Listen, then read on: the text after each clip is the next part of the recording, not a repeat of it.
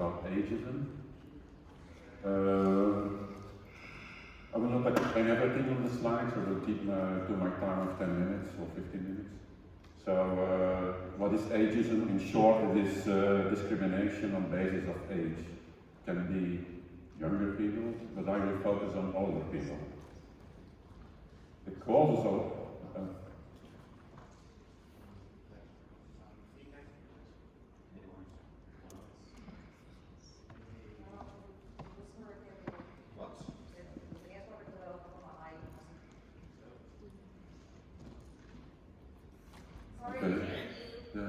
Thank you. Gracias. So the causes of that discrimination are stereotypes and prejudices that are internalized personally, individually, and socially in the society. Those stereotypes and prejudices are invalid, and very thorough scientific studies prove that. I will refer often to studies, to books, to very famous psychiatrists. They focus on the mental the mental state of older people. So I will very little. I will refer to my own experience because I want to refer to very professionally executed studies. So, how big is the problem? I just cite the World Health Organization that say 50% of the population is ageist against other people. So it's a huge problem.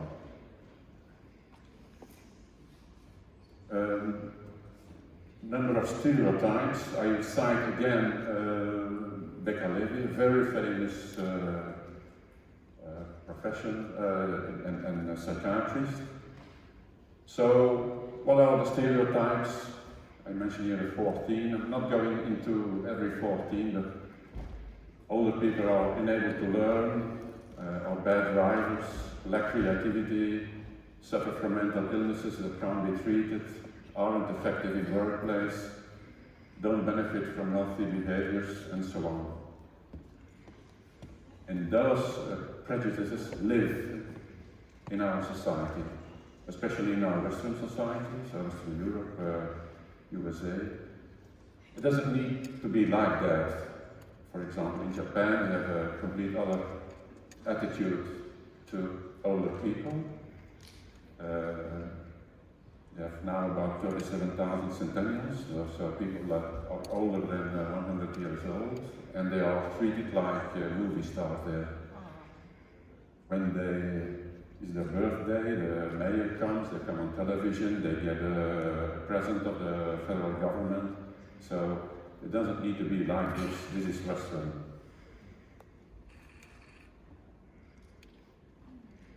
So what are the areas where the discrimination on ageist older people is manifesting? I'm not going to all of them. For example, advertisement. We are,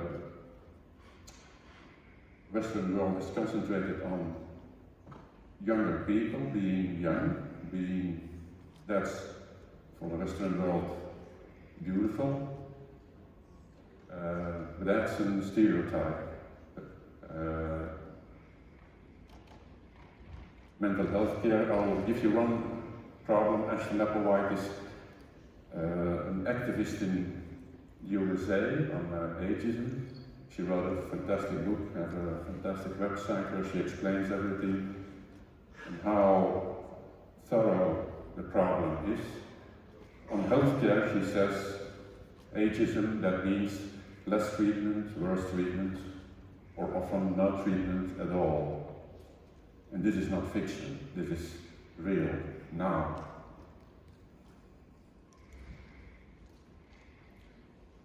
So, what does ageism provoke, induce? So I cite here again the World Health Organization because I want to refer as often as I can to official studies, not to my own experience, but because I suppose the worst case scenario that even you will have internalized some of the stereotypes mentioned. That's why I do not want to refer often to my experience, but to really scientific studies, or as in this case, the World Organization. What's cited here? Yeah, if you individually or in your culture, socially, internalize and all those stereotypes, your behavior will will damage the older people. And it is in all those areas I mentioned. So, if everybody has those stereotypes and those prejudices, the older people, they feel not incorporated anymore in society, they feel like being cast away, we live in a productive society, so they feel not accepted anymore because they are not productive, which is not true. So the older people who really, because of that, get a low self-esteem by study, and again, it's thoroughly examined, they live 7.5 years less older than others when you have a positive attitude. So, it erodes solidarity between generations, of course. If you have the stereotypes that older people are like disposable waste, then the younger people, and sure, when you have those stereotypes already in education, it happens that when the teachers, when they talk about older people, it's often or always in a negative sense. They say, yeah, they are not creative, they cannot think anymore, they are often sick, they are often, they have mental illnesses that can't be cured, which is not true. But that has an enormous effect on the behavior from young to middle age.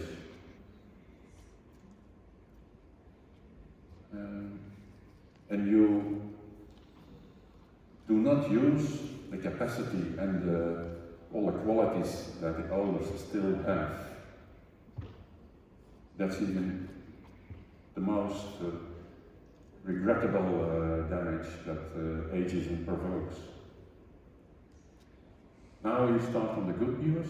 So the good news is Dr. Cohen is a famous psychiatrist and geriatrician. So he dedicated his life to studying the mental growth and what happens when people get older, what with their brain, with their energy, with their creativity. And he concluded, I just cite him, I just quote him. He says there is an untapped wealth of creativity and intellectual potential. So on older people, I mean older than 60 years old, even older than 50, 60, 70, 80 and 90 years old. The brain does not degrade.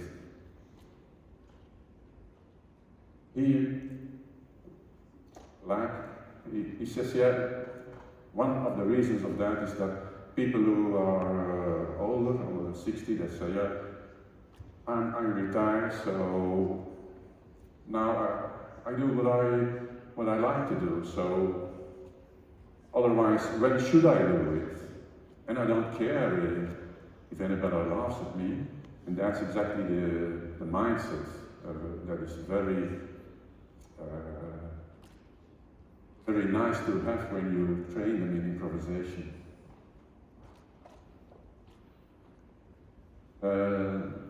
Duke University did also a very thorough investigation, and they came to the conclusion that older people use their right brain, which is the brain of intuition, creativity, They use it more in a synchronized way with the left brain, which is the brain, half of the brain of mathematical, and the ratio.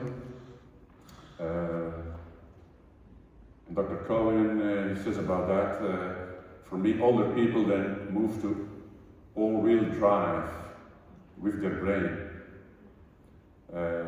Because they have a lot of experience, and we will see that the brain grows.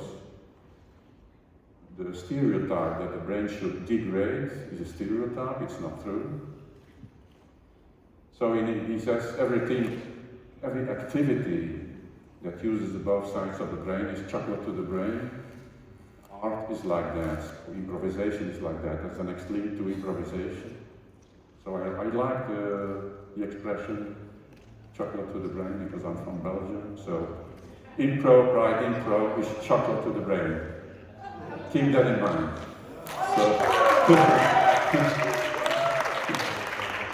So Ashton Applewhite also mentions in her book, yeah, especially in emotional realm, older brains are more resilient because they have a lot of experience. So the aging brain and emotional maturity, they adapt better, which is surprising, but it's based on studies, not just on the feeling or working with them and thinking that they can adapt better. No, they studied it. And they have a better, the aging brain search for a better level of well-being. She also talks about the cognitive reserve, that's the fact that the neurons can grow and they connect better, so from left to right and right to left. And you can attend that on the condition that they do something challenging, they maintain a social network, and they do regularly exercises on that. And again, that for me it's very complimentary. That's for me the definition of doing improvisation. So that's a real, even a formal link to the applied improvisation, that the brain grows if they do something challenging, if they do that in a group, like in improvisation sessions and training, and that they exercise regularly, not one time, but every week, 1 hour, that's already enough, I think. More is better. So here we come to the link with improvisation, applied improvisation. I cite again Viola Spolin. She talks about if you do her exercises like she instructs it in her books to do, and she says, you come into your intuition state of mind. She calls it the X area, and there in that state of mind, the culture, the race, the education, psychology, and age doesn't exist anymore. So I again quote her to say already she, because one of her other sayings is improvisation is meditation in action, which I think really is true. And in meditation you get out of you push out your prejudices and your stereotypes. So here, even if you follow the exercises or the Spolin or Johnstone, they are different, they use different words or expressions, but ultimately they work on the state of mind of intuition and your own self. So my message from this talk is, as an applied improvisation practitioner, you are in a very privileged position because you have the tools. Or from P. Johnston or from Viola Spolin, those are just a number of examples, but you are in a privileged position to do something about ageism, if you are interested in it. It can be on the side of the people who have contact, who are working with elder people, to do something about their prejudices and stereotypes, or you work with themselves, with the older selves, to get rid of their low self-esteem because the stereotypes, they internalize it, and they partly or very, that I've seen in my sessions with other people. I can see the damage really done by ageism. But you have the tools, so you are in a privileged position. My final thoughts is, first, examine your own stereotypes. I'll give the references in the last slide. It was for me astonishing to see how much I was still inherited by the stereotypes and prejudices about older people. Older population is at least 25% or more of the society. If you count then the people who work with older people, then you come to 35–40% of the population, so it's a huge market. Working with them is easier and more satisfying because of the reasons I gave, or the experts gave. And in my opinion, authority is not age-related, so go for performances. They can do it, even if they are 70, 80, 90 years old, and they are eager to do it. These are some books. Nepal is on the list of 100 most influential women, so she's excellent, her website, the books. If you are interested in working with olders, then you should at least read one book, then it will give you a great insight on how much stereotypes and prejudices we have in our culture and in our education. Okay, if you have questions, I stay here on the conference until the last day. Here, two pictures of two beautiful people.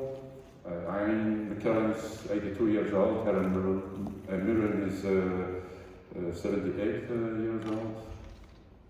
Wow. And look at that. If you ask somebody what they think of Helen Mirren, the moment he says, yeah, she looks really beautiful for her age, well, that's ageism, because beauty is not connected with age, how old you are. You are just that's a number on your passport, and everybody is beautiful, a young baby, middle age, and if you're 90 years old, you are the physical construction of somebody from 90 years old, but that's beautiful also. It doesn't need to be compared with somebody of 30 years old. That's ageism. Okay, thank you.